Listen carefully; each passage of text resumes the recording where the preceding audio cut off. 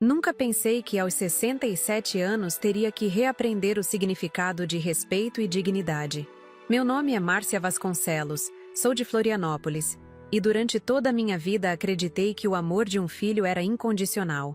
Estava enganada. O sol brilhava naquela manhã de sábado, um dia que deveria ser de celebração. Passei horas me arrumando, escolhendo o vestido azul marinho que havia comprado especialmente para a ocasião, prendendo meus cabelos grisalhos em um coque elegante, passando o batom cor de vinho que guardava para momentos especiais.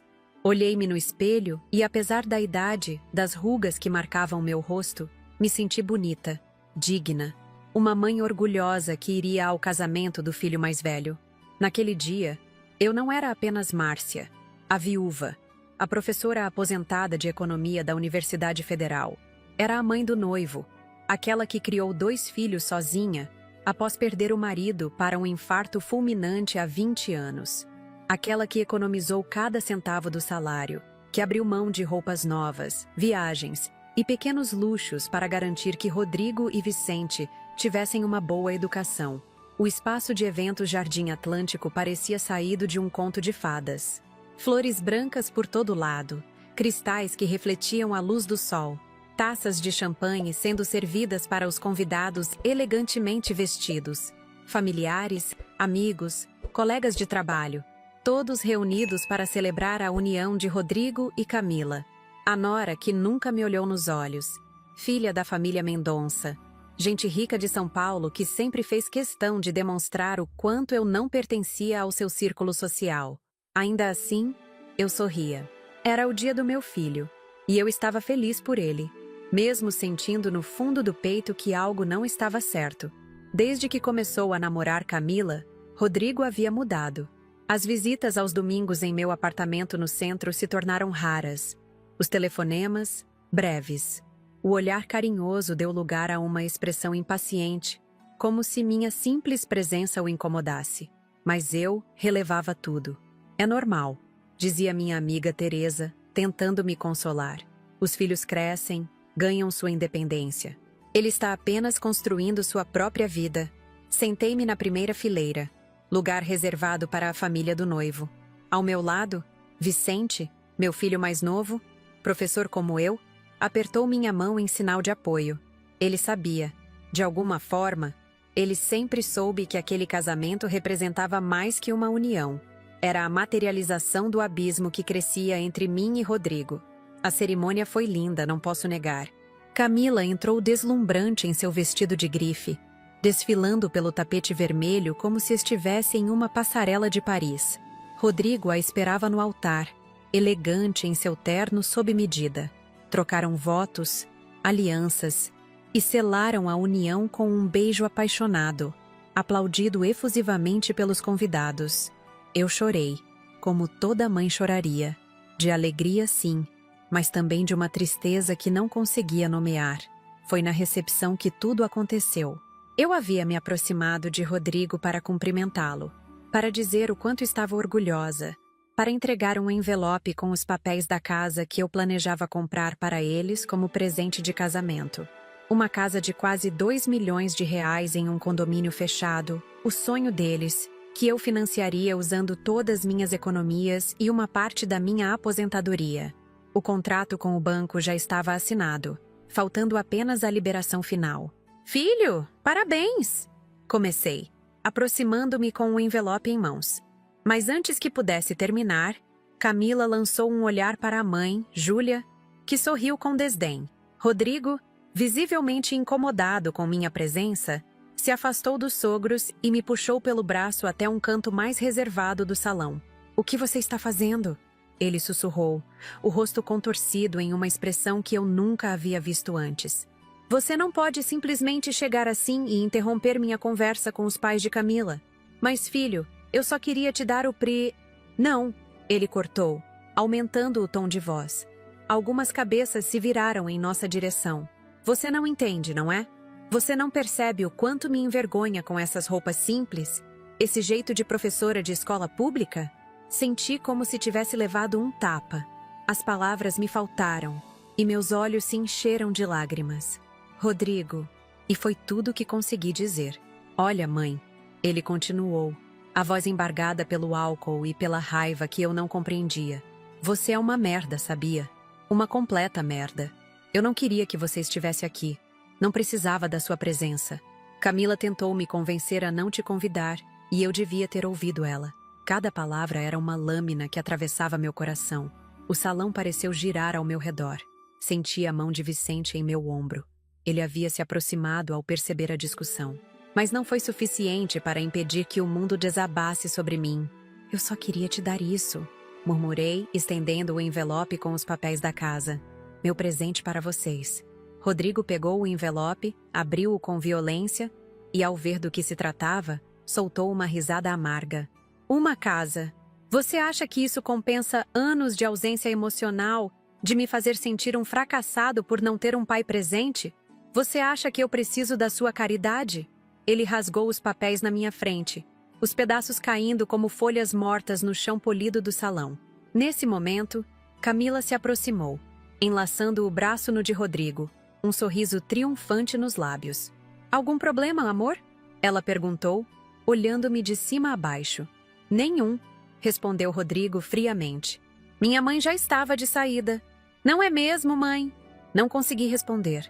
As lágrimas desciam silenciosamente pelo meu rosto, arruinando a maquiagem que havia aplicado com tanto esmero horas antes.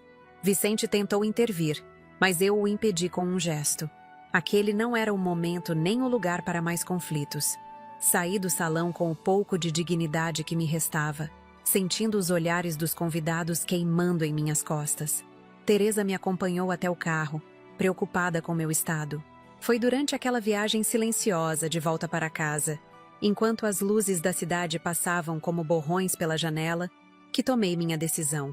Entrei em meu apartamento, joguei a bolsa sobre o sofá e, sem nem mesmo trocar de roupa, peguei o telefone. Minhas mãos tremiam, mas minha voz estava firme quando disquei o número do gerente do banco. Boa noite, aqui é Márcia Vasconcelos. Preciso cancelar o financiamento imobiliário que assinei hoje cedo. Não, não é um engano. Não vou mais comprar a casa para o meu filho. Desliguei o telefone e, pela primeira vez naquela noite, respirei fundo. O ar entrou em meus pulmões como uma revelação. A dor ainda estava lá, pulsante, viva, mas junto dela, algo novo começava a nascer. Uma centelha de indignação, de amor próprio há muito esquecido. Uma força que eu não sabia que possuía. Naquela noite, enquanto Rodrigo e Camila dançavam sua primeira dança como marido e mulher, eu tomava a primeira de muitas decisões que mudariam completamente nossas vidas. O que meu filho não sabia é que, por trás da imagem da mãe frágil e submissa, existia uma mulher que ele nunca realmente conheceu. Uma mulher que não aceitaria mais ser chamada de merda por ninguém, nem mesmo pelo filho que ela tanto amava. Aquela noite foi a mais longa da minha vida. Sentada na poltrona de veludo verde que havia pertencido ao meu falecido marido, fiquei olhando para o vazio até o sol começar a nascer. As palavras de Rodrigo ecoavam em minha mente como um disco arranhado. Você é uma merda. Como um filho pode dizer isso para sua própria mãe? No dia do casamento dele? Na frente de todos? A ligação para o banco foi apenas o começo. Após uma noite insone, tomei um banho demorado, tentando lavar não apenas o corpo, mas a humilhação que sentia colada à pele. Vesti uma roupa simples e fui até a cozinha preparar um café. O apartamento parecia maior, mais silencioso.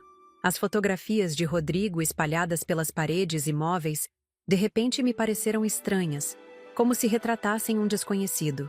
Sentei-me à mesa com minha xícara fumegante e comecei a relembrar cada sacrifício que havia feito. Após a morte de Alberto, meu marido, fiquei sozinha com 2 meninos para criar. Rodrigo tinha 12 anos. Vicente, apenas 8. O seguro deixado por Alberto ajudou no início, mas não seria suficiente. Tive que aumentar minha carga horária na universidade, dar aulas particulares nos fins de semana, abrir mão de qualquer conforto pessoal. Lembro-me de um Natal, quando Rodrigo tinha 15 anos, e pediu um videogame importado que estava na moda. Custava 3 vezes o valor da minha mensalidade na universidade. Economizei durante meses, cortei despesas, vendi algumas joias que haviam pertencido à minha mãe. No dia de Natal, Ao ver o pacote sob a árvore, Rodrigo abriu um sorriso que iluminou a sala. Aquele sorriso pagou cada centavo, cada sacrifício. Onde estava aquele menino agora? Em que momento meu filho se transformou naquele homem frio que me humilhou publicamente? O telefone tocou, interrompendo meus pensamentos. Era Teresa, minha amiga de 3 décadas, preocupada após os eventos da noite anterior. Márcia, como você está? Não consegui dormir pensando em você. Estou existindo, respondi com sinceridade, ainda tentando entender o que aconteceu. O que aconteceu é que seu filho foi um ingrato miserável, disparou Teresa, sempre direta. E aquela nora... Meu Deus, que família de víboras você arrumou. Não pude deixar de sorrir, mesmo em meio à tristeza. Teresa tinha o dom de dizer exatamente o que pensava, sem filtros. Estou indo aí, ela anunciou. Prepare mais café. 1 hora depois, sentadas na varanda do meu apartamento com vista para o mar de Florianópolis, coloquei para fora toda a dor, toda a decepção. Teresa me escutou, às vezes assentindo, às vezes praguejando contra Rodrigo e os Mendonça. Você cancelou mesmo o financiamento da casa? Ela perguntou quando terminei meu desabafo. Cancelei. Liguei para o banco ontem mesmo, assim que cheguei em casa. E o que pretende fazer agora? Essa era a questão que havia me mantido acordada a noite toda. O que eu faria? Aos 67 anos, após dedicar minha vida inteira aos filhos, à universidade, aos alunos, o que restava para mim? Não sei, admiti. Sinto como se tivesse perdido meu propósito. Teresa pegou minhas mãos entre as suas, olhando-me firmemente nos olhos. Márcia Vasconcelos, eu te conheço desde a faculdade. Você é a mulher mais brilhante, mais forte que já conheci. Você não perdeu seu propósito. Talvez pela primeira vez na vida, você tenha a oportunidade de descobrir qual é o seu verdadeiro propósito. As palavras de Teresa plantaram uma semente em meu coração. E foi ali, naquela varanda, com o vento do mar bagunçando meus cabelos grisalhos, que comecei a vislumbrar um novo caminho. Na segunda-feira seguinte, Vicente veio me visitar. Diferente do irmão, ele sempre foi atencioso, presente. Trouxe um bolo de laranja, meu preferido, e sentou-se comigo à mesa da cozinha. Mãe, sobre o casamento, ele começou hesitante. Não precisamos falar sobre isso. Cortei, não querendo reviver a humilhação. Precisamos sim, insistiu Vicente. O que Rodrigo fez foi imperdoável. Eu tentei conversar com ele depois que você saiu, mas ele estava bêbado, irracional. E aquela Camila não ajudou em nada. Ficava sussurrando no ouvido dele, envenenando-o ainda mais. Suspirei profundamente. De certa forma, eu já esperava algo assim. Desde que Rodrigo começou a namorar Camila, 3 anos atrás, ele havia mudado. A princípio, eram pequenas coisas. Cancelar almoços de domingo, não retornar ligações, comentários sutis sobre meu modo de vestir, meu apartamento simples. Depois, o distanciamento se tornou mais evidente. Ele começou a frequentar lugares caros, a usar roupas de grife, a se comportar como se tivesse vergonha de suas origens. Ele sempre foi ambicioso, comentei, servindo mais café para Vicente. Desde pequeno queria ser rico, ter coisas que não podíamos dar a ele. Acho que Camila e a família dela representam tudo o que ele sempre desejou. Isso não justifica o que ele fez, rebateu Vicente, a indignação evidente em sua voz. Mãe, você tem sido nossa base, nosso suporte desde que papai morreu. Você sacrificou tudo por nós. E agora, ele te trata assim? Por causa de uma família que nem conhecemos direito? A menção aos Mendonça despertou uma curiosidade em mim. O que sabíamos realmente sobre eles? Camila dizia que o pai era um empresário bem-sucedido do ramo imobiliário em São Paulo. A mãe, uma socialite que organizava eventos beneficentes. Eles ostentavam riqueza, poder, conexões, mas havia algo neles que sempre me incomodou. Uma arrogância que parecia esconder algo. Vicente, você já ouviu falar de algum escândalo envolvendo os Mendonça? Alguma notícia, rumor, qualquer coisa? Meu filho franziu o senho, pensativo. Não especificamente, mas lembro de Rodrigo mencionar uma vez que o Sr. Mendonça tinha contatos poderosos em Brasília que conseguia aprovação rápida para seus empreendimentos. Por quê? Curiosidade, respondi, mas minha mente já trabalhava a 1000 por hora. Após a visita de Vicente, liguei para uma antiga colega da universidade, Clarice, que agora trabalhava no Tribunal de Contas do Estado. Marcamos um café para o dia seguinte, no Sabor da Serra, uma cafeteria discreta no centro da cidade. Mendonça? O empresário de São Paulo? Ela repetiu após eu mencionar o nome. Márcia, esse homem tem mais processos contra ele do que eu posso contar. Lavagem de dinheiro, propina, superfaturamento em obras públicas. Mas ele sempre escapa, sempre.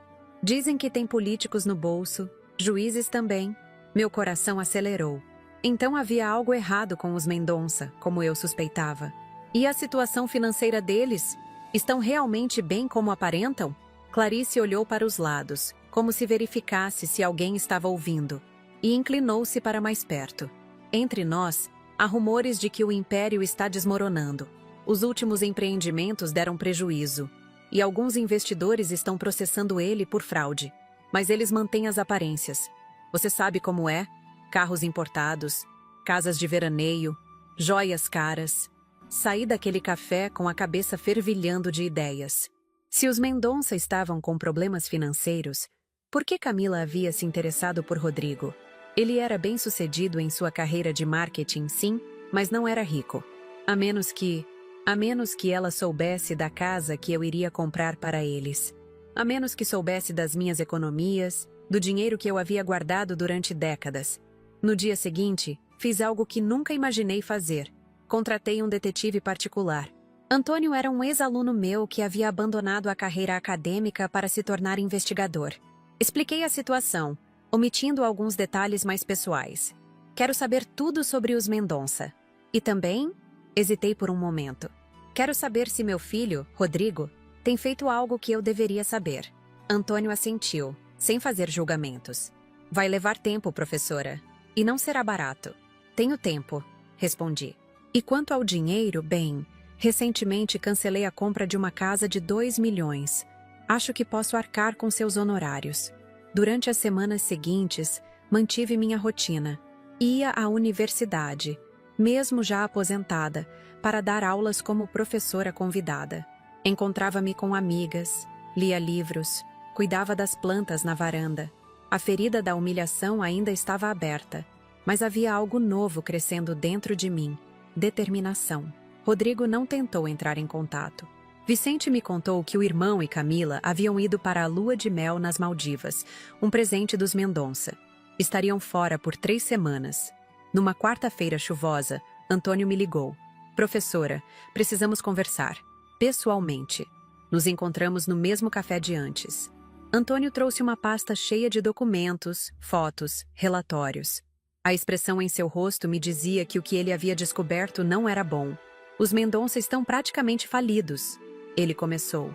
O último empreendimento deles, um resort em Angra dos Reis, foi embargado por irregularidades ambientais. Os investidores querem o dinheiro de volta, mas não há dinheiro. Eles estão vendendo bens, hipotecando propriedades, tudo para manter as aparências. Isso confirmava o que Clarice havia me dito. Mas havia mais. Muito mais. Quanto ao seu filho, Antônio hesitou, olhando para mim com compaixão. Professora, encontrei algo que a senhora precisa ver. Ele me mostrou cópias de documentos de financiamento em meu nome. Empréstimos, cartões de crédito, até mesmo uma hipoteca sobre meu apartamento. Tudo falsificado com perfeição. Rodrigo tem usado seu nome para obter crédito, explicou Antônio. Pelo que pude apurar, ele está endividado até o pescoço. Apostas, principalmente. E nos últimos meses, tem transferido grandes quantias para a conta dos Mendonça. O mundo pareceu desabar ao meu redor. Meu próprio filho, roubando de mim, falsificando minha assinatura. Para quê? Para impressionar uma família falida. Para manter um estilo de vida que não poderia sustentar? Há mais uma coisa, continuou Antônio. Encontrei registros de que Rodrigo tentou acelerar o processo de financiamento da casa que a senhora ia comprar para eles. Ele já havia, inclusive, usado o contrato como garantia para outro empréstimo. Naquele momento, algo dentro de mim se quebrou. Não era apenas ingratidão ou arrogância. Era traição. Meu filho havia me traído da forma mais vil possível.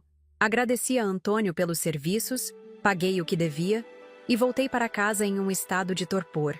A chuva caía impiedosamente, encharcando minhas roupas, mas eu mal sentia. A dor era tão intensa que parecia ter anestesiado todo o resto. Em casa, sentei-me novamente na poltrona de veludo verde. As lágrimas que pensei ter esgotado voltaram com força total. Chorei por horas, até não haver mais lágrimas para derramar. Foi quando o telefone tocou. Era Luísa, a gerente do banco onde eu havia cancelado o financiamento. Dona Márcia, estou ligando porque houve uma tentativa de reativar o processo da casa hoje.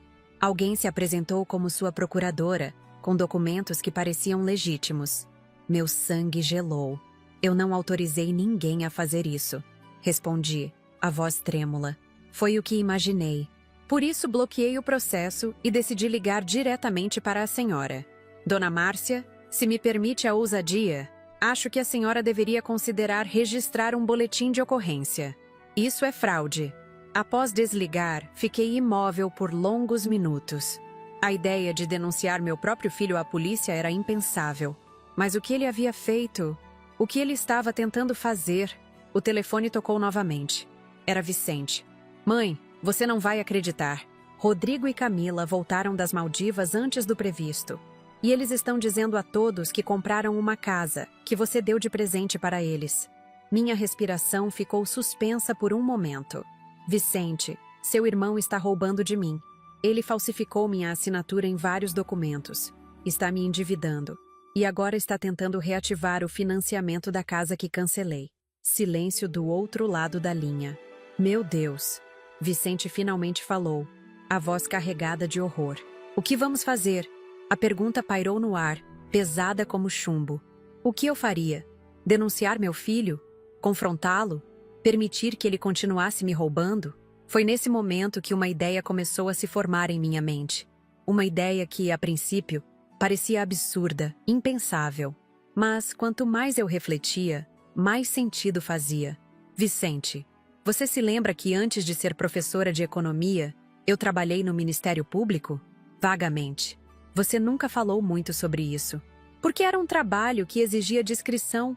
Eu era consultora financeira, especializada em crimes de colarinho branco.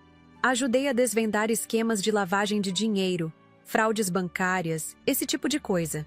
Houve outro momento de silêncio enquanto Vicente processava a informação. Mãe, o que você está pensando em fazer? Ainda não sei exatamente. Respondi com uma calma que não sentia. Mas uma coisa é certa. Não vou permitir que meu próprio filho me roube, me use e me humilhe. É hora de Rodrigo conhecer a mãe que ele realmente tem. Naquela noite, enquanto a tempestade castigava Florianópolis, fiz uma ligação para outro velho amigo, Paulo, que agora trabalhava na Polícia Federal. Marcamos um encontro para o dia seguinte. E assim começou minha jornada de descoberta e vingança. Uma jornada que me levaria a lugares que nunca imaginei visitar, que me faria tomar decisões que nunca pensei que seria capaz de tomar. Porque quando um filho chama sua mãe de merda no dia do casamento dele, ele não está apenas sendo cruel. Está revelando que nunca realmente conheceu a mulher que o criou. O escritório de Paulo na Polícia Federal era exatamente como eu imaginava. Organizado, austero, com arquivos meticulosamente empilhados e uma vista para o mar que raramente era apreciada. Ele me recebeu com um abraço caloroso, reminiscência dos tempos em que trabalhávamos juntos no Ministério Público. Márcia Vasconcelos. Ele sorriu, indicando a cadeira à sua frente. Quanto tempo? Você não mudou nada, exceto pelas rugas e os cabelos brancos. Brinquei, mas meu sorriso não alcançava os olhos. Paulo percebeu imediatamente que não se tratava de uma visita social. Ele me conhecia bem demais para isso. O que aconteceu? Perguntou, a expressão subitamente séria. Respirei fundo e coloquei sobre a mesa a pasta que Antônio havia me entregue. Enquanto Paulo examinava os documentos, narrei os eventos recentes. O casamento, a humilhação pública, a descoberta das fraudes. Meu próprio filho. Minha voz falhou momentaneamente. Usando meu nome para obter empréstimos, falsificando minha assinatura. E tudo para quê? Para bancar um estilo de vida que não pode sustentar? Para impressionar uma família falida? Paulo fechou a pasta, seus olhos revelando uma mistura de compaixão e indignação. Isso é grave, Márcia. Estamos falando de crimes financeiros sérios, falsificação documental, estelionato, possível associação criminosa com os Mendonça. Seu filho pode enfrentar anos de prisão. A palavra prisão ecoou em meus ouvidos como um sino distante. A imagem de Rodrigo atrás das grades me causou uma pontada de dor maternal que tentei ignorar. Eu não vim aqui para denunciá-lo, esclareci. Pelo menos não ainda. Vim porque preciso de informações. Preciso entender exatamente com quem estou lidando. Paulo inclinou-se para a frente, intrigado. O que exatamente você quer saber? Tudo sobre os Mendonça. Seu envolvimento em esquemas de corrupção, a real situação financeira deles, suas conexões políticas. E também, hesitei por um momento. Quero saber quem comprou a empresa onde Rodrigo trabalha recentemente. Ouvi rumores sobre investidores estrangeiros. Paulo levantou uma sobrancelha, curioso sobre meu interesse específico na empresa, mas não questionou. Vai levar alguns dias, mas tenho acesso a bases de dados que seu detetive particular não tem. Vou ver o que consigo encontrar. Antes de sair, Paulo segurou minha mão por um momento. Márcia, o que você está planejando? Conheço esse olhar. É o mesmo que você tinha quando desmantelamos aquele esquema de corrupção em 1995. Sorri. Um sorriso que não carregava alegria, apenas determinação. Estou planejando ensinar uma lição sobre consequências, Paulo. Sobre respeito. Sobre nunca subestimar uma mulher de 67 anos que foi chamada de merda pelo próprio filho. Nas semanas seguintes, enquanto aguardava as informações de Paulo, decidi tomar outras medidas. Minha primeira parada foi o banco onde havia tentado financiar a casa para Rodrigo. Luísa, a gerente, me recebeu em sua sala privativa. Ela era jovem, provavelmente na casa dos 30 anos, mas seus olhos revelavam uma inteligência aguçada. Dona Márcia, conforme conversamos por telefone, bloqueamos todas as tentativas de reativar o financiamento. Mas estou preocupada.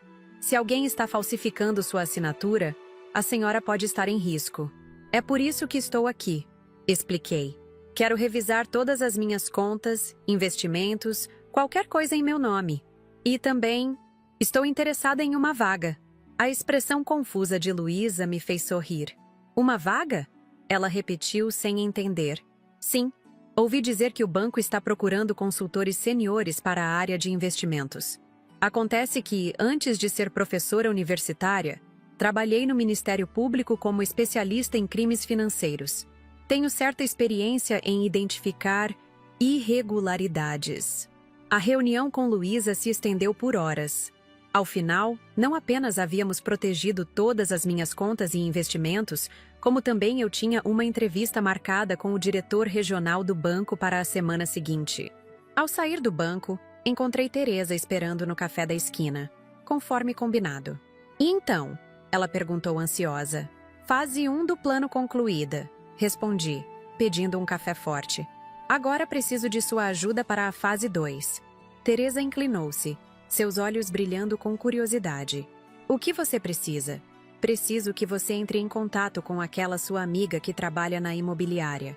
Quero saber se há alguma propriedade específica à venda em Jurerê Internacional. Jurerê?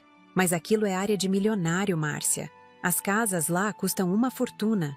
Exatamente, respondi, um plano se formando em minha mente com clareza cristalina.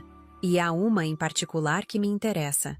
3 dias depois, recebi uma ligação de Paulo. Tenho as informações que você pediu. É melhor conversarmos pessoalmente. Encontramo-nos em uma praia deserta, longe de olhares curiosos. Paulo trouxe um dossiê completo sobre os Mendonça. Como suspeitávamos, a família estava praticamente falida. O patriarca, Carlos Mendonça, havia investido pesadamente em um resort de luxo em Angra dos Reis, que foi embargado por irregularidades ambientais. Os investidores estavam processando-o, exigindo o retorno do capital investido.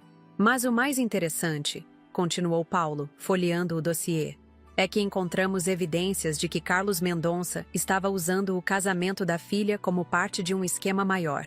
Como assim? Perguntei intrigada. Ele sabia da casa que você ia comprar para o casal e sabia que uma vez que o imóvel estivesse no nome de Rodrigo e Camila, poderia ser usado como garantia para um empréstimo substancial. Um empréstimo que aparentemente seria usado para pagar alguns dos investidores mais agressivos do resort. Meu sangue ferveu ao perceber a extensão da manipulação. Não era apenas Rodrigo usando meu nome para obter crédito. Era uma família inteira usando meu filho. E por extensão a mim, como peças em seu jogo desesperado para evitar a ruína financeira. E quanto à empresa de Rodrigo? Perguntei, tentando manter a compostura. Paulo sorriu, um sorriso que indicava que havia guardado a informação mais interessante para o final. Ah, isso é fascinante. A empresa foi adquirida por um fundo de investimentos chamado Artemis Capital, um fundo bastante discreto, com sede nas Ilhas Cayman. E quem está por trás desse fundo? Paulo me entregou um último documento. Isso, minha cara Márcia, é algo que você terá que descobrir por conta própria. Mas posso dizer que é alguém com conexões no mundo financeiro e acadêmico. Olhei para o documento. Um contrato de compra e venda repleto de termos jurídicos complexos e cláusulas financeiras intrincadas. Mas foi o nome do representante legal do fundo que me chamou a atenção. Dr. Eduardo Santos. Eduardo era um antigo aluno meu, agora advogado especializado em direito financeiro. E ele havia sido o melhor amigo de Rodrigo durante a faculdade, até se afastarem por razões que meu filho nunca quis explicar. Agradeci a Paulo pelas informações, prometendo manter contato. No caminho de volta para casa, minha mente trabalhava a 1000 por hora, conectando pontos, elaborando estratégias. No dia seguinte, marquei um encontro com Eduardo em seu escritório no Centro Empresarial de Florianópolis. Ele me recebeu com a mesma admiração respeitosa de sempre, chamando-me de professora, apesar dos anos passados desde que deixei de ser sua mentora. Eduardo, comecei, após as formalidades iniciais, preciso de sua ajuda com um assunto delicado. Expliquei brevemente a situação, omitindo alguns detalhes mais pessoais.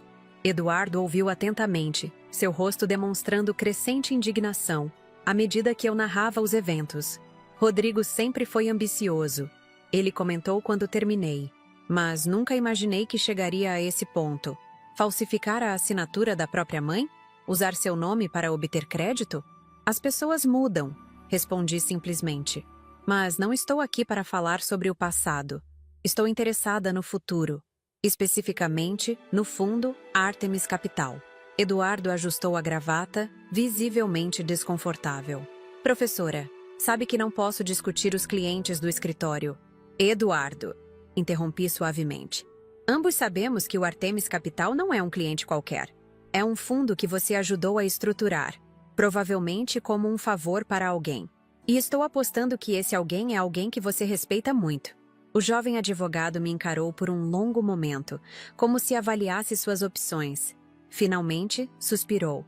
O que exatamente você quer saber? Quero saber se há espaço para mais um investidor no fundo. Alguém com recursos consideráveis e um interesse particular na empresa recentemente adquirida. Eduardo arregalou os olhos, finalmente compreendendo. A senhora quer investir no Artemis? Mas isso significaria que eu seria, indiretamente, proprietária da empresa onde meu filho trabalha. Completei. Exatamente. Um sorriso lento se formou no rosto de Eduardo. Professora, sempre admirei sua inteligência, mas confesso que nunca a vi tão estratégica. A idade traz sabedoria, Eduardo. E também, ocasionalmente, um desejo de ajustar contas. Saí do escritório com um dossiê completo sobre o Artemis Capital e uma reunião marcada com os principais investidores para a semana seguinte. Meu plano estava tomando forma mais rapidamente do que eu esperava. Enquanto isso, Vicente me mantinha informada sobre os movimentos de Rodrigo e Camila. O casal havia retornado da lua de mel e estava temporariamente hospedado na mansão dos Mendonça em Jurerê Internacional, enquanto, segundo eles, a reforma da nova casa era finalizada. Eles estão dando uma festa neste fim de semana.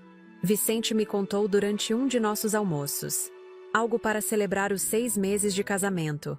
Todo mundo foi convidado, inclusive os sócios da empresa de Rodrigo. Todos os sócios?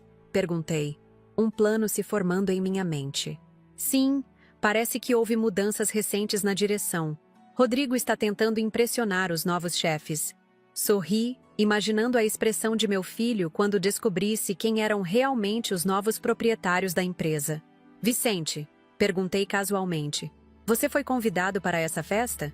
Fui, mas não pretendo ir. Depois do que Rodrigo fez com você, não consigo olhar para ele sem sentir raiva. Acho que você deveria ir, sugeri, surpreendendo-o. Na verdade, acho que nós dois deveríamos ir. Vicente me olhou como se eu tivesse sugerido pular de paraquedas. Mãe, você não está falando sério. Depois do que ele fez? Do que ele disse? Estou falando muito sério, respondi, minha voz calma, mas firme. Às vezes, Vicente, a melhor vingança não é ficar longe de quem nos feriu. É aparecer quando menos esperam, com um sorriso no rosto e um plano na manga. Meu filho mais novo me estudou por um momento, percebendo uma nova determinação em meus olhos. Uma força que talvez sempre estivesse lá, mas que as circunstâncias haviam trazido à tona. O que você está planejando, mãe? Justiça, respondi simplesmente. E talvez um pouco de poesia dramática. Na semana seguinte, concretizei mais uma parte do meu plano. A entrevista no banco foi um sucesso e fui contratada como consultora sênior de investimentos, com foco especial em detecção de fraudes. Minha experiência anterior no Ministério Público, combinada com meus anos como professora de economia, me tornava a candidata ideal para o cargo. Em meu primeiro dia, pedi acesso aos registros de todos os empréstimos concedidos nos últimos anos. Não foi difícil encontrar os que haviam sido solicitados em meu nome. A falsificação era impecável. Rodrigo sempre teve talento para imitar minha caligrafia, mas os padrões de gasto eram óbvios. Grandes quantias transferidas para a conta de Camila, saques substanciais em casas de apostas, compras em lojas de luxo. Comecei a construir meticulosamente um caso de fraude bancária, reunindo evidências, documentando transações suspeitas. Não para denunciar meu filho imediatamente, mas para ter munição quando o momento certo chegasse.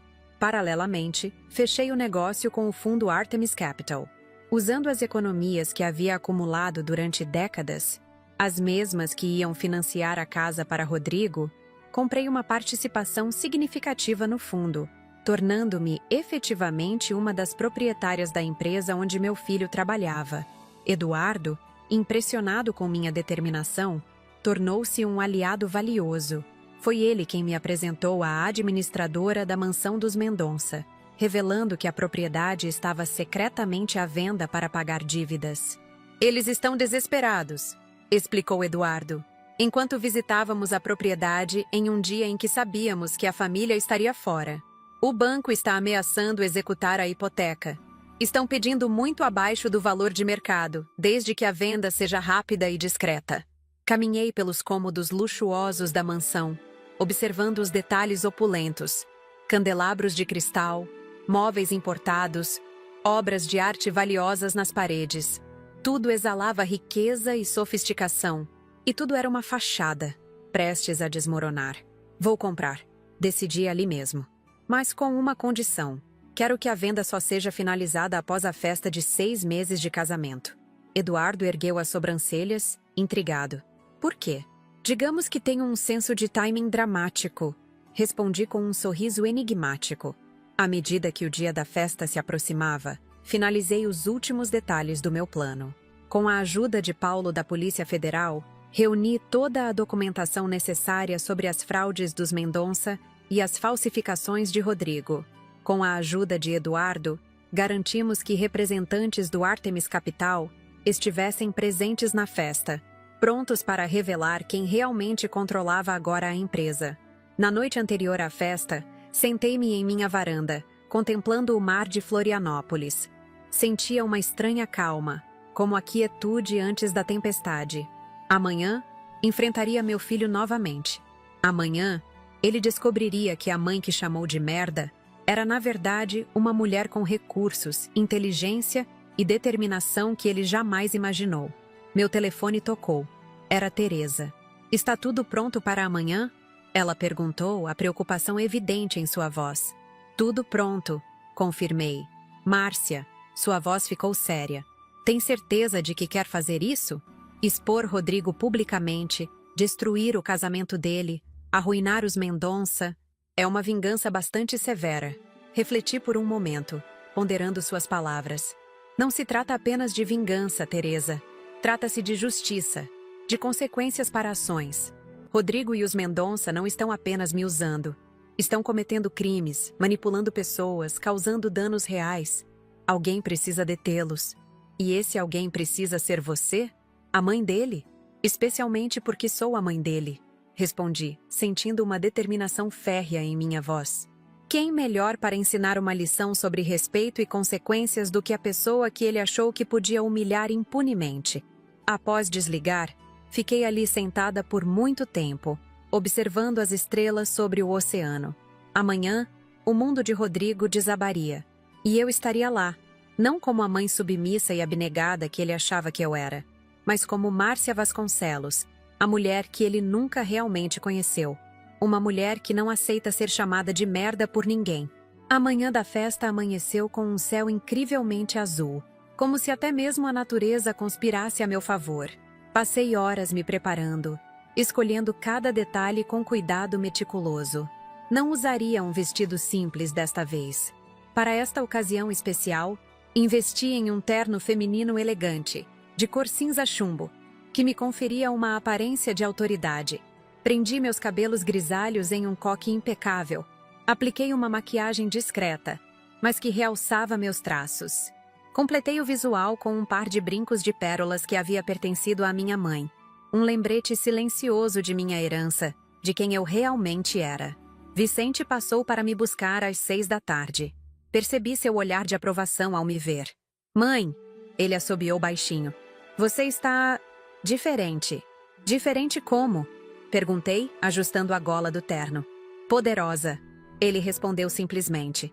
Como se estivesse prestes a fechar um acordo de $1 bilhão. Sorri, sentindo uma confiança que não experimentava há anos.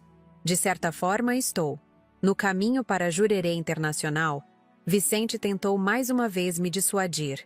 Ainda dá tempo de desistir, mãe. Podemos simplesmente ir para casa, abrir uma garrafa de vinho, esquecer tudo isso. Olhei pela janela, observando a paisagem de Florianópolis passar rapidamente. Tantas memórias nesta cidade. Tantos anos dedicados à família, aos alunos, aos outros. Nunca a mim mesma. Não, Vicente, respondi com firmeza. Algumas coisas não podem ser esquecidas. Algumas lições precisam ser ensinadas. Chegamos à mansão dos Mendonça pontualmente às 7. O lugar estava magnificamente decorado para a ocasião, com luzes suaves iluminando o jardim, flores brancas em arranjos elegantes, garçons circulando com taças de champanhe. A elite de Florianópolis estava presente. Empresários, políticos, socialites, todos vestidos impecavelmente, todos parte de um mundo ao qual eu supostamente não pertencia.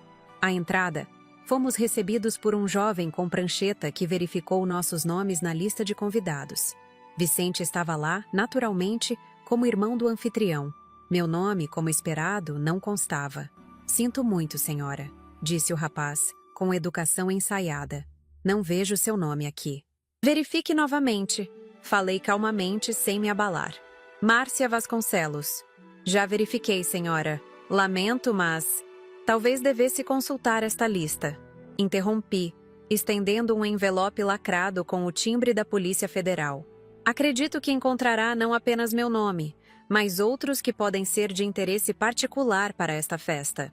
O jovem olhou confuso para o envelope, sem saber como proceder. Foi quando Paulo, meu amigo da Polícia Federal, surgiu ao meu lado como combinado, acompanhado de 2 agentes uniformizados. Boa noite, ele se apresentou, mostrando seu distintivo. Delegado Paulo Ferreira, Polícia Federal. Esta senhora está comigo. O rapaz da lista empalideceu visivelmente, dando um passo para trás. Que, claro, podem entrar. Entramos no jardim da mansão, onde a festa já estava a pleno vapor. A música suave de uma banda ao vivo preenchia o ar, misturando-se com o burburinho de conversas animadas. Avistei Eduardo Santos em um canto, conversando com um grupo de executivos. Os representantes do Fundo Artemis Capital, que adquirira a empresa de Rodrigo. Ele me viu e fez um aceno discreto com a cabeça. Tudo conforme o plano. Não demorou muito para que Camila nos avistasse. Ela conversava animadamente com um grupo de amigas, exibindo um vestido dourado que certamente custara mais do que muitas pessoas ganham em um mês. Seu sorriso congelou ao nos ver, transformando-se em uma expressão de choque, depois de desdém. Ela se aproximou rapidamente, a postura tensa, o sorriso social mal disfarçando sua irritação. Vicente. Ela cumprimentou, beijando o ar próximo ao rosto de meu filho. Então, voltou-se para mim, os olhos semicerrados. Dona Márcia, que... surpresa! Não me lembro de ter enviado um convite para a senhora. Não enviou, respondi calmamente. Mas algumas reuniões não precisam de convite formal, não é mesmo? Especialmente quando são de família. Camila olhou nervosamente para os agentes da Polícia Federal ao meu lado. Quem são essas pessoas? O que está acontecendo? Onde está Rodrigo? Perguntei, ignorando sua pergunta. Tenho assuntos importantes para discutir com meu filho.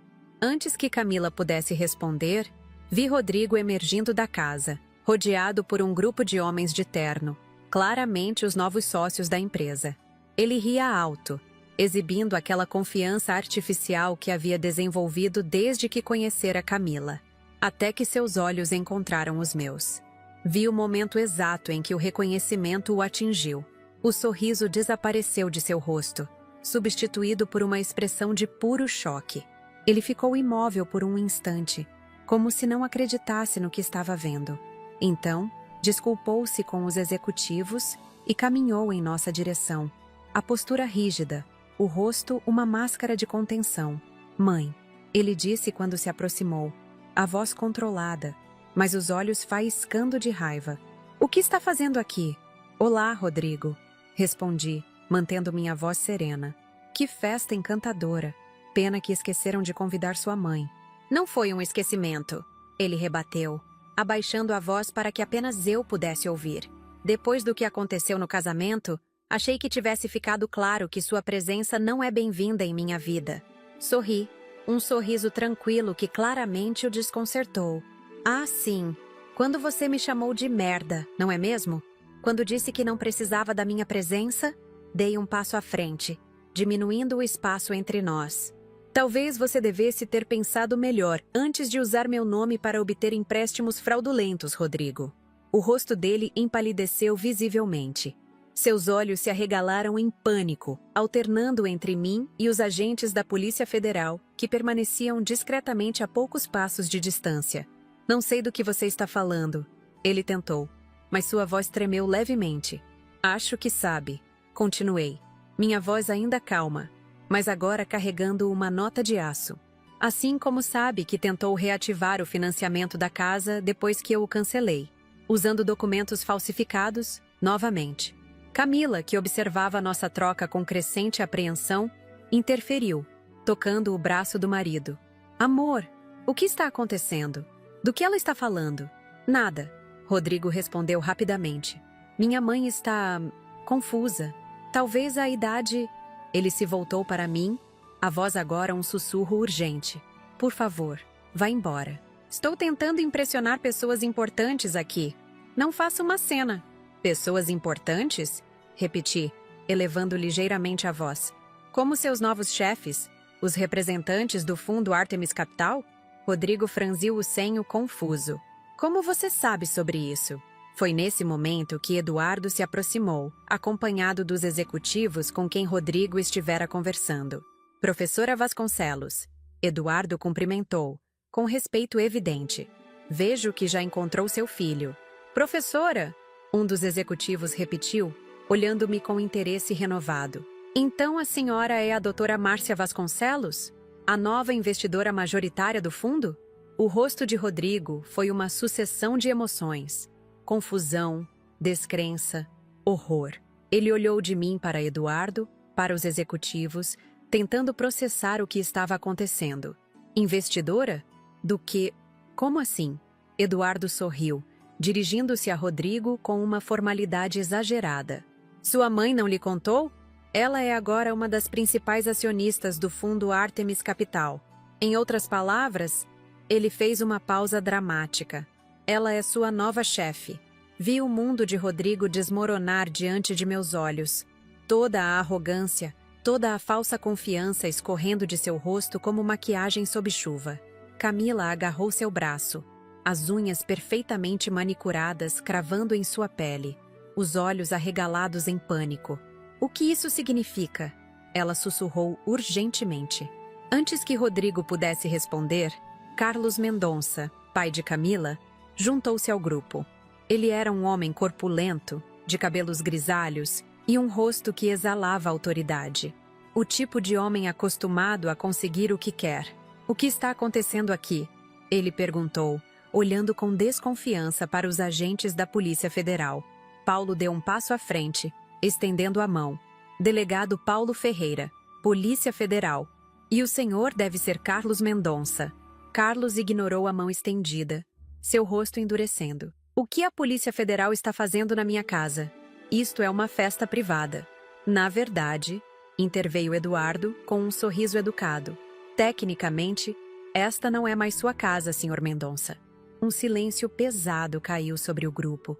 Carlos olhou para Eduardo como se ele tivesse acabado de falar em uma língua alienígena.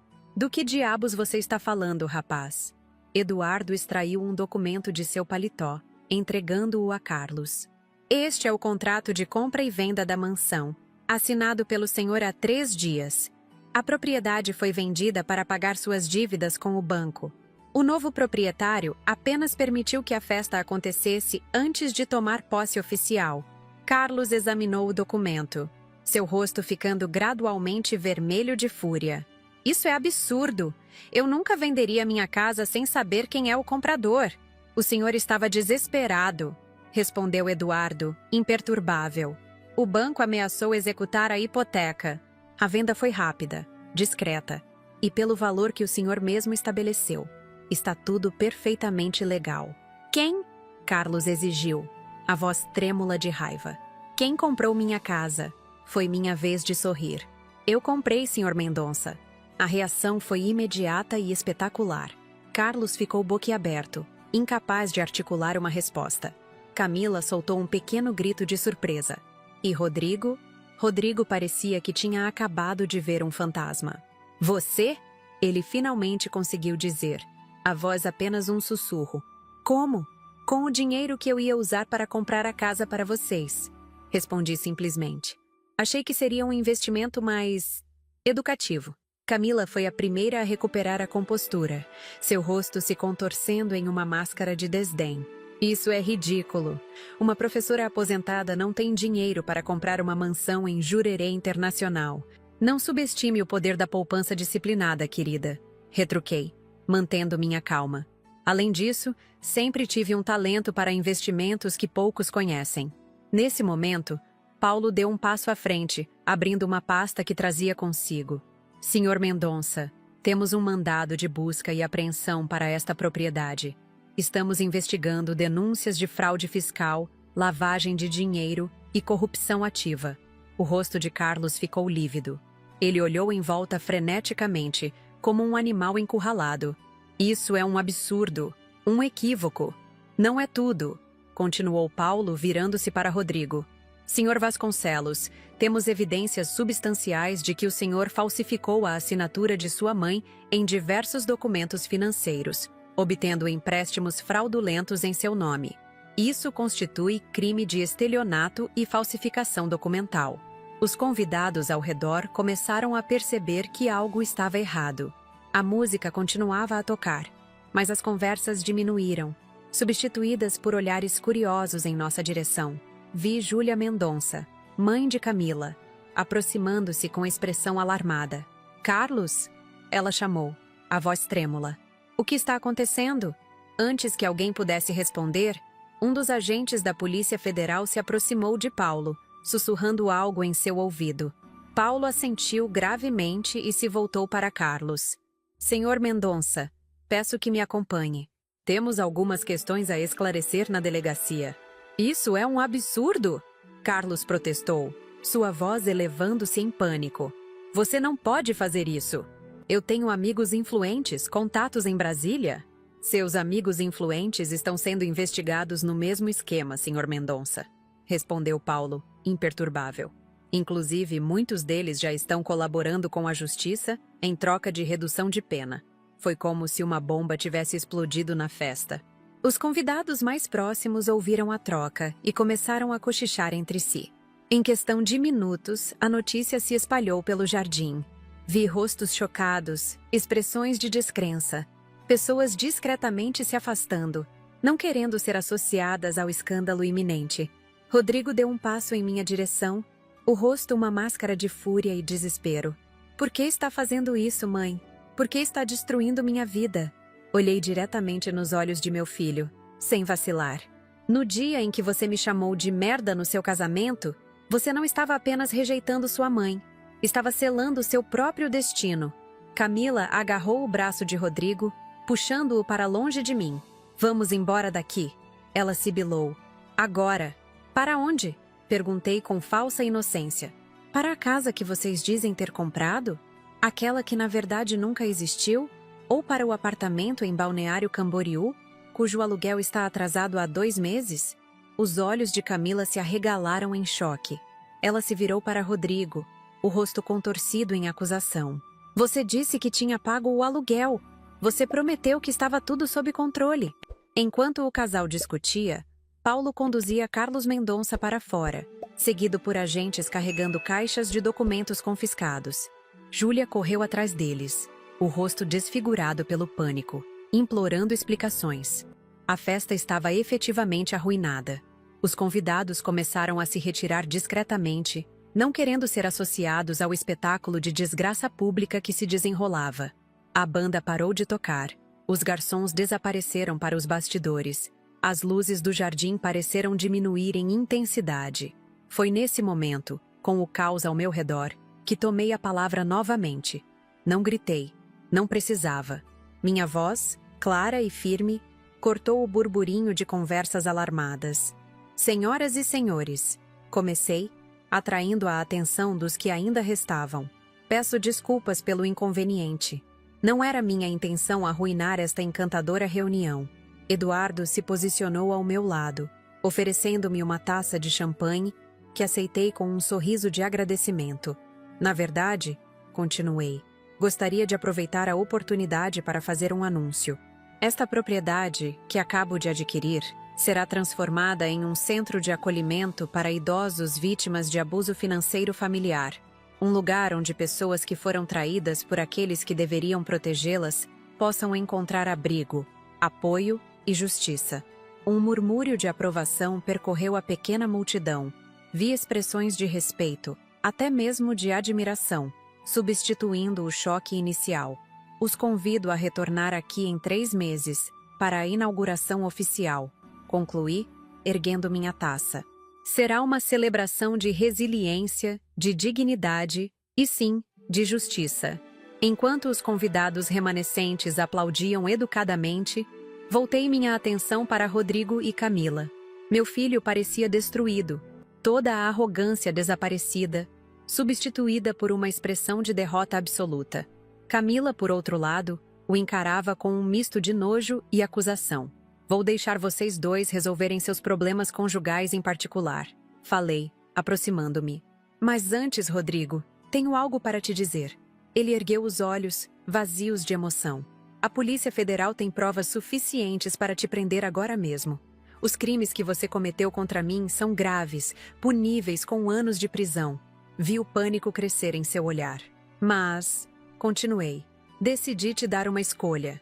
Você pode cooperar com as investigações, confessar seus crimes, devolver o dinheiro que obteve fraudulentamente e aceitar as consequências legais de seus atos.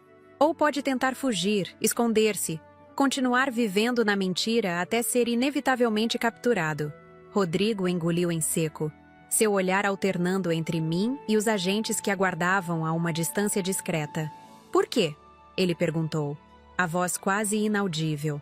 Por que está me dando essa escolha? Olhei para meu filho, para o menino que eu havia criado, para o homem que ele se tornara, e senti uma mistura complexa de emoções.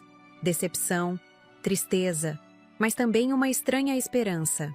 Porque, apesar de tudo, ainda sou sua mãe, e acredito que em algum lugar dentro de você ainda existe o filho que eu conheci, aquele que, um dia, saberá reconhecer seus erros e encontrar o caminho de volta para a pessoa que deveria ser.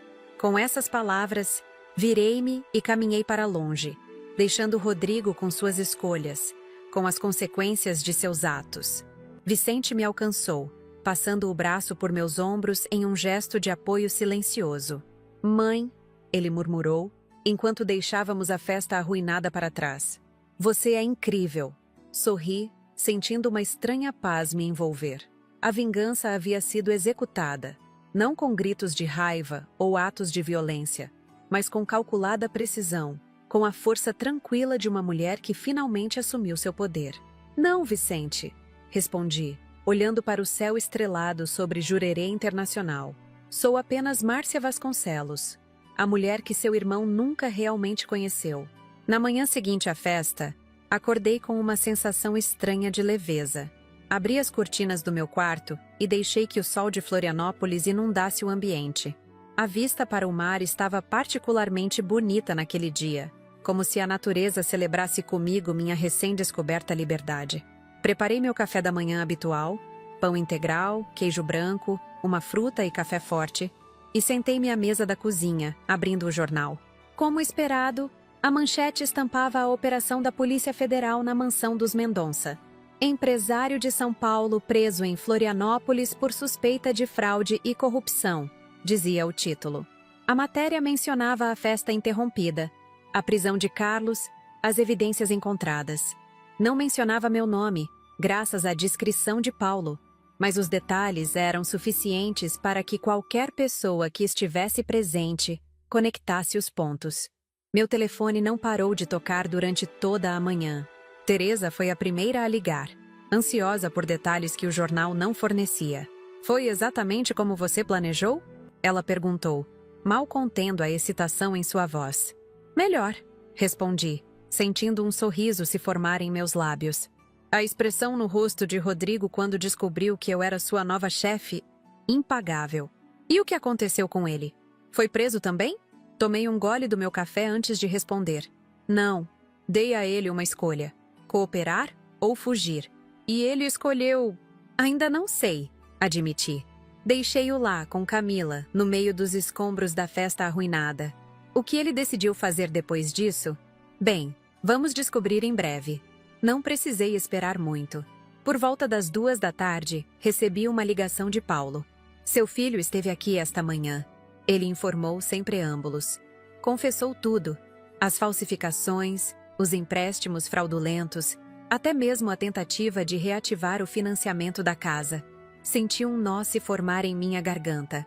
Apesar de tudo, uma parte de mim, a parte que sempre seria mãe, sentiu uma pontada de dor ao imaginar Rodrigo em uma delegacia, confessando seus crimes. "E agora?", perguntei, minha voz mais baixa do que pretendia. "Ele está colaborando com as investigações sobre os Mendonça", explicou Paulo, oferecendo informações em troca de uma possível redução de pena. "Parece que seu filho sabe muito mais sobre os esquemas do sogro do que deixava transparecer." "Ele vai para a prisão?" A pergunta escapou dos meus lábios antes que pudesse contê-la. Houve uma pausa do outro lado da linha. "Provavelmente sim, Márcia.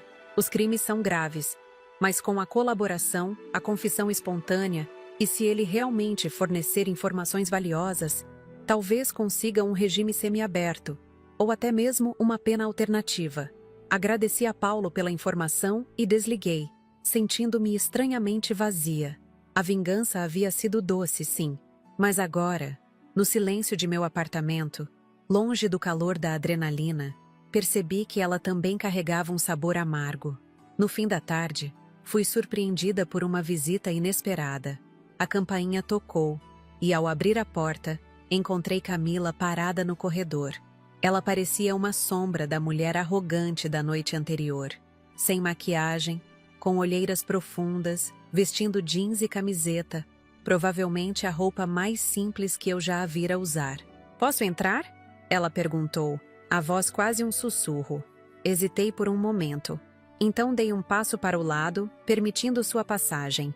Camila caminhou até a sala, olhando ao redor como se visse o lugar pela primeira vez. Talvez estivesse realmente vendo. Nas poucas vezes em que estivera ali, sempre parecera avaliar tudo com desdém, nunca realmente observando. É um apartamento bonito, ela comentou, parando diante da estante onde eu mantinha minhas fotografias de família. Acolhedor. Obrigada, respondi, mantendo distância. O que a traz aqui, Camila? Ela se virou para mim e vi que seus olhos estavam vermelhos de choro. Vim pedir desculpas, disse, as palavras parecendo estranhas em seus lábios. Pelo modo como tratei a senhora. Por tudo. Cruzei os braços, não convencida. Por que agora? Porque seu pai está preso? Porque descobriu que o dinheiro acabou? Porque percebeu que seu marido é um criminoso? Camila baixou os olhos, um rubor de vergonha colorindo suas faces.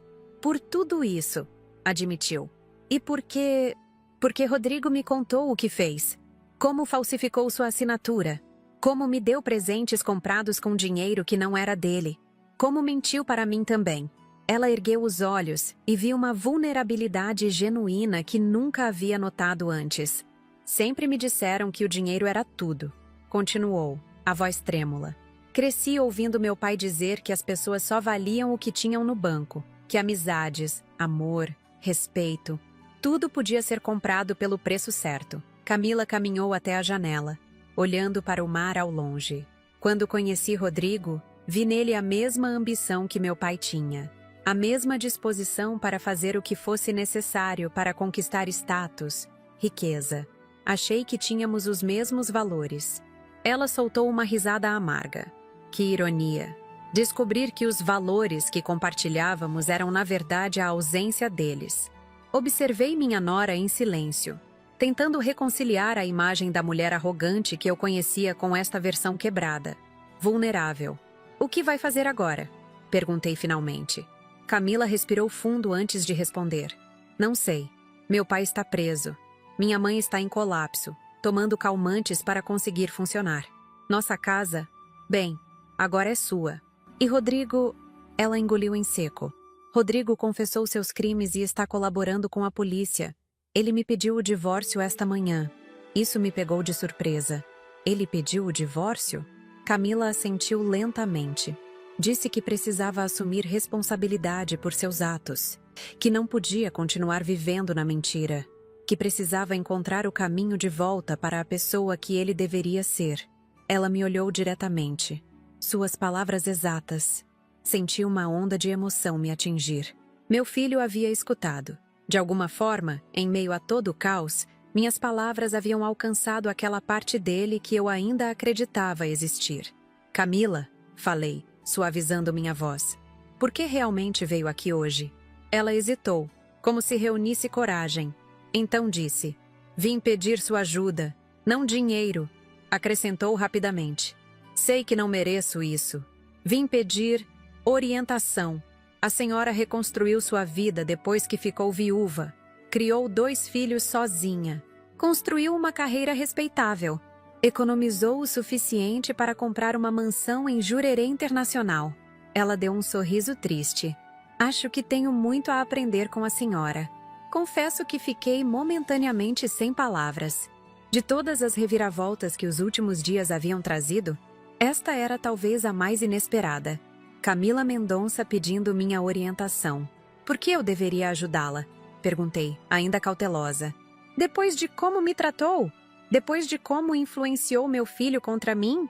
Camila assentiu, aceitando minha desconfiança como justa. A senhora não tem motivos para me ajudar, reconheceu. Eu não mereço sua bondade. Mas... Ela hesitou. Então continuou com uma honestidade surpreendente. Mas a senhora é a única pessoa que conheço que tem força e integridade suficientes para fazer o que fez ontem. A única que conseguiu derrubar meu pai. Algo que muitos tentaram e falharam. E se existe alguém que pode me ensinar a ser uma pessoa melhor, a construir uma vida baseada em algo mais sólido que aparências, esse alguém é a senhora. Fiquei em silêncio por um longo momento, avaliando-a. Havia sinceridade em suas palavras? Ou era apenas mais uma manipulação, uma tentativa desesperada de encontrar um novo protetor agora que seu mundo havia desmoronado? Vou pensar no assunto, respondi finalmente. Não posso prometer nada agora.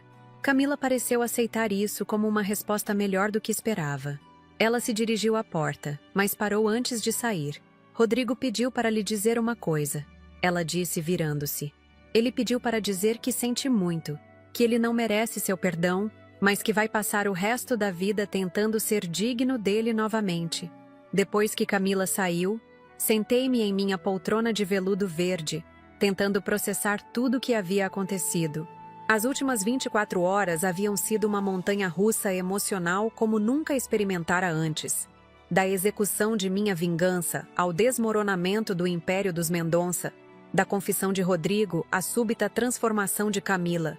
E agora, o que viria a seguir? A resposta começou a se formar na semana seguinte, quando iniciei os preparativos para transformar a mansão dos Mendonça em um centro de acolhimento.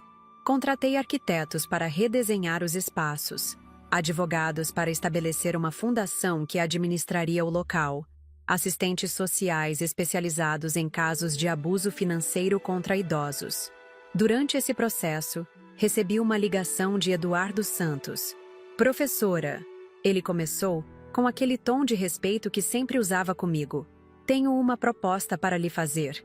O Fundo Artemis Capital está interessado em expandir seus investimentos na área social. Estamos considerando criar uma divisão específica para financiar iniciativas como seu centro de acolhimento. E gostaríamos que a senhora liderasse essa divisão. A proposta me pegou de surpresa. Eu havia me acostumado a pensar em mim mesma como professora, como mãe, nunca como executiva de um fundo de investimentos. Por que eu? Perguntei.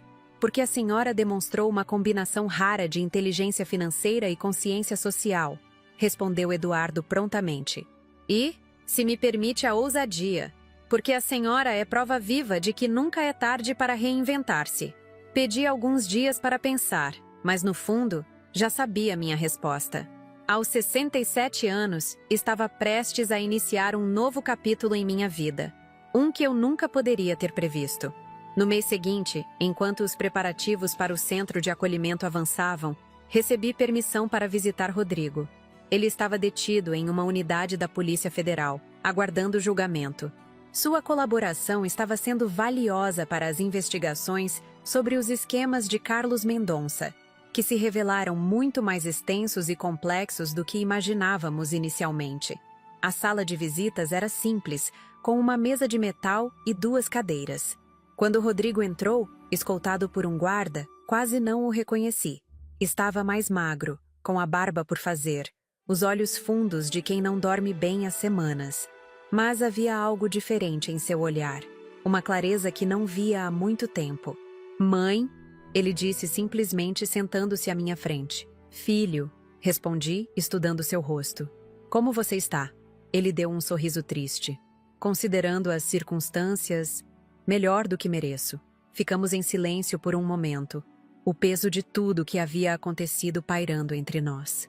Eu sinto muito, ele finalmente disse, as palavras saindo com dificuldade, pelo que disse no casamento, por como tratei você, por tudo que fiz.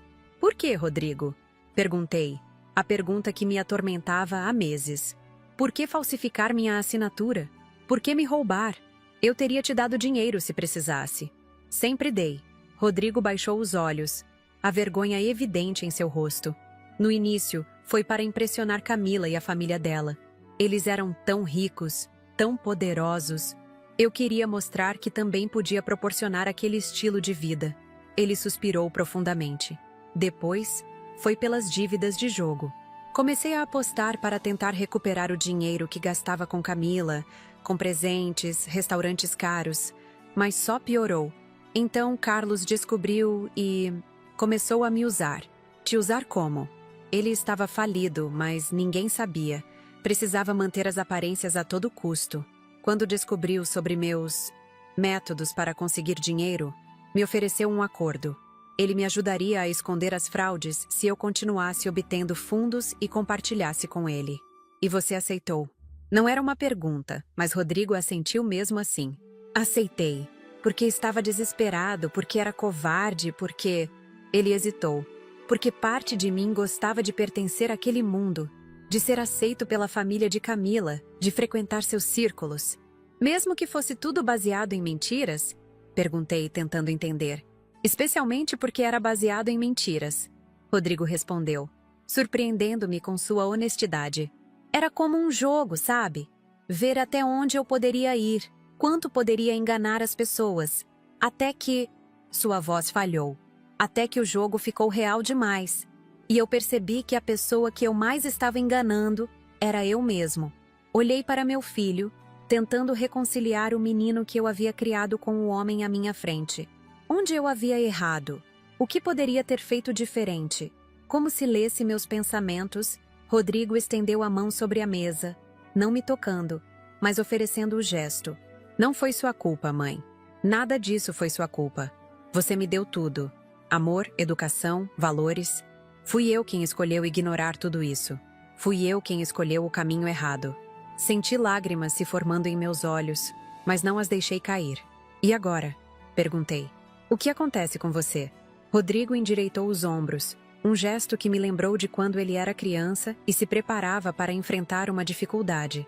Agora enfrento as consequências dos meus atos. Continuo colaborando com as investigações.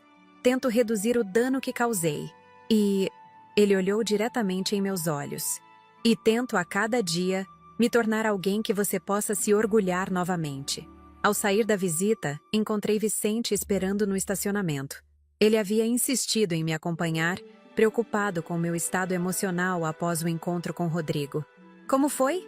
Ele perguntou, abrindo a porta do carro para mim. Difícil, admiti, mas necessário. No caminho para casa, contei a Vicente sobre a visita, sobre a aparente transformação de Rodrigo, sobre minha conversa com Camila, sobre a proposta do Fundo Artemis. É muita coisa acontecendo de uma vez só, comentou Vicente preocupado. Tem certeza de que quer assumir tudo isso? O centro de acolhimento, o trabalho no fundo? Você não precisa provar nada a ninguém, mãe. Olhei pela janela, observando a cidade passar. Florianópolis parecia diferente agora. Ou talvez fosse eu quem estivesse vendo tudo com novos olhos.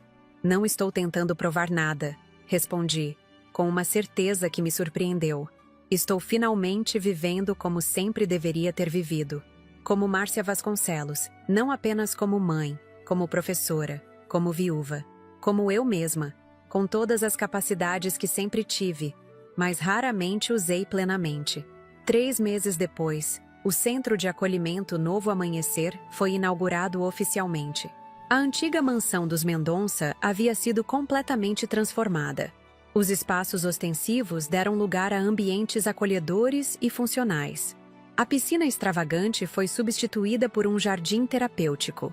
As suítes luxuosas tornaram-se quartos confortáveis para os idosos acolhidos. O evento de inauguração reuniu autoridades, imprensa, representantes de organizações sociais. Vicente estava ao meu lado quando cortei a fita simbólica. Eduardo e a equipe do Fundo Artemis ocupavam a primeira fileira de convidados. Paulo e seus colegas da Polícia Federal compareceram como convidados de honra. Até mesmo Camila estava presente. Nas semanas após nossa conversa, ela havia começado a trabalhar como voluntária no projeto, primeiramente com tarefas simples, depois assumindo responsabilidades maiores à medida que demonstrava comprometimento genuíno. Era estranho, sim, ver minha ex-nora transformada, mas também inspirador testemunhar como as pessoas podem mudar quando confrontadas com a verdade sobre si mesmas. Após a cerimônia, enquanto os convidados circulavam pelo espaço, encontrei um momento de solidão no jardim. Sentei-me em um banco, contemplando o mar ao longe, pensando em tudo o que havia acontecido desde aquela noite no casamento de Rodrigo. A humilhação pública, a descoberta das fraudes, o plano de vingança meticulosamente executado, o desmoronamento da família Mendonça, a transformação inesperada de Rodrigo e Camila, e, finalmente, meu próprio renascimento como uma mulher que não se deixaria mais diminuir por ninguém. Senti uma presença ao meu lado e virei-me para encontrar Teresa, segurando 2 taças de champanhe. Um brinde à mulher mais incrível que conheço, ela disse, entregando-me uma das taças. Sorri, aceitando o brinde. A vida que nos surpreende quando menos esperamos. Então, é verdade? Perguntou Teresa, sentando-se ao meu lado. Você realmente vai assumir a direção da divisão social do Fundo Ártemis? Assenti, sentindo uma mistura de empolgação e apreensão. Aos 67 anos estou prestes a me tornar executiva de um fundo de investimentos. Quem diria? Eu diria, respondeu Teresa prontamente. Sempre soube que você era capaz de muito mais do que permitia a si mesma realizar. Ficamos em silêncio por um momento, apreciando a brisa do mar, o burburinho distante da festa, a sensação de que algo importante havia sido conquistado. Sabe o que é mais irônico em tudo isso? Perguntei finalmente. O quê? Quando Rodrigo me chamou de merda naquele casamento, ele achava que estava me diminuindo, me destruindo. Nunca poderia imaginar que aquelas palavras cruéis seriam o catalisador para a maior transformação da minha vida. Teresa ergueu sua taça novamente. A vida que começa aos 67. A vida que começa quando decidimos que é hora de realmente vivê-la. Corrigi, brindando com minha amiga. Enquanto o sol começava a se pôr no horizonte, colorindo o céu de Florianópolis com tons de laranja e rosa, refleti sobre o estranho caminho que me trouxe até ali. A dor havia se transformado em propósito, a humilhação em força, a vingança em justiça e, finalmente, em algo parecido com redenção. Eu era Márcia Vasconcelos. Não apenas mãe, não apenas professora, não apenas viúva. Uma mulher completa, complexa, capaz. E naquele momento, pela primeira vez em muitos anos, senti-me verdadeiramente em paz com quem eu era. Meus queridos, esta foi a minha história. Uma história de dor, traição, mas também de renascimento e redenção. Quando meu próprio filho me chamou de merda no dia do seu casamento, diante de todos os convidados, senti como se meu mundo tivesse desabado. Depois de anos de sacrifícios, de economizar cada centavo para dar a ele e ao irmão uma vida digna, de abrir mão dos meus próprios sonhos para que eles pudessem realizar os deles, aquela humilhação pública pareceu o golpe final em uma vida de abnegação. Mas algo dentro de mim despertou naquele momento. Uma força que talvez sempre estivesse lá, adormecida, esperando o momento certo para se manifestar. Quando cancelei o financiamento da casa que compraria para ele, não era apenas uma reação à humilhação. Era o primeiro passo de uma jornada que me levaria a redescobrir quem eu realmente era. A descoberta das fraudes foi dolorosa. Saber que meu próprio filho havia falsificado minha assinatura para obter empréstimos, que estava me roubando, que havia se tornado cúmplice de uma família corrupta, os Mendonça, foi um dos momentos mais difíceis da minha vida. Por um breve instante, questionei tudo. Onde eu havia errado na criação dos meus filhos? O que poderia ter feito diferente? Mas em vez de me afundar na culpa e na autopiedade, decidi agir. Usei minhas habilidades como ex-consultora financeira do Ministério Público, meus conhecimentos como professora de economia e elaborei um plano. Não um plano movido apenas pela vingança, embora essa tenha sido a fagulha inicial, mas um plano para restaurar a justiça, para mostrar a meu filho e a mim mesma que ninguém tem o direito de me diminuir, de me chamar de merda, de me tratar como se eu fosse insignificante. A execução da vingança na festa de 6 meses de casamento foi meticulosamente planejada. Cada detalhe pensado para causar o maior impacto possível.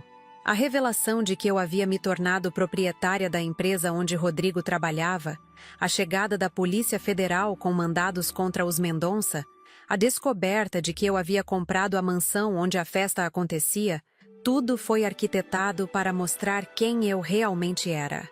Não apenas a mãe submissa que eles pensavam conhecer, mas Márcia Vasconcelos em toda a sua complexidade e força. A reviravolta que se seguiu superou minhas expectativas. Ver Rodrigo confessar seus crimes, iniciar um processo de redenção genuína, foi algo que não antecipei. A transformação de Camila, de nora arrogante a uma jovem em busca de orientação, também me surpreendeu. E mais importante, minha própria transformação, de professora aposentada a executiva de um fundo de investimentos, de mãe dedicada a mulher plenamente realizada, foi a maior reviravolta de todas. O Centro de Acolhimento Novo Amanhecer se tornou meu legado mais precioso. Transformar a mansão que simbolizava a ostentação vazia dos Mendonça em um espaço de acolhimento para idosos vítimas de abuso financeiro familiar foi a forma mais poética de fechar esse ciclo.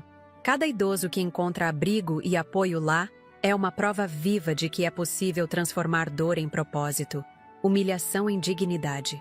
Hoje, aos 67 anos, posso dizer que vivo a fase mais plena da minha vida. Como executiva da divisão social do Fundo Artemis Capital, tenho a oportunidade de expandir meu trabalho, de criar mais centros de acolhimento, de ajudar mais pessoas. Vicente continua ao meu lado, um filho dedicado e amoroso.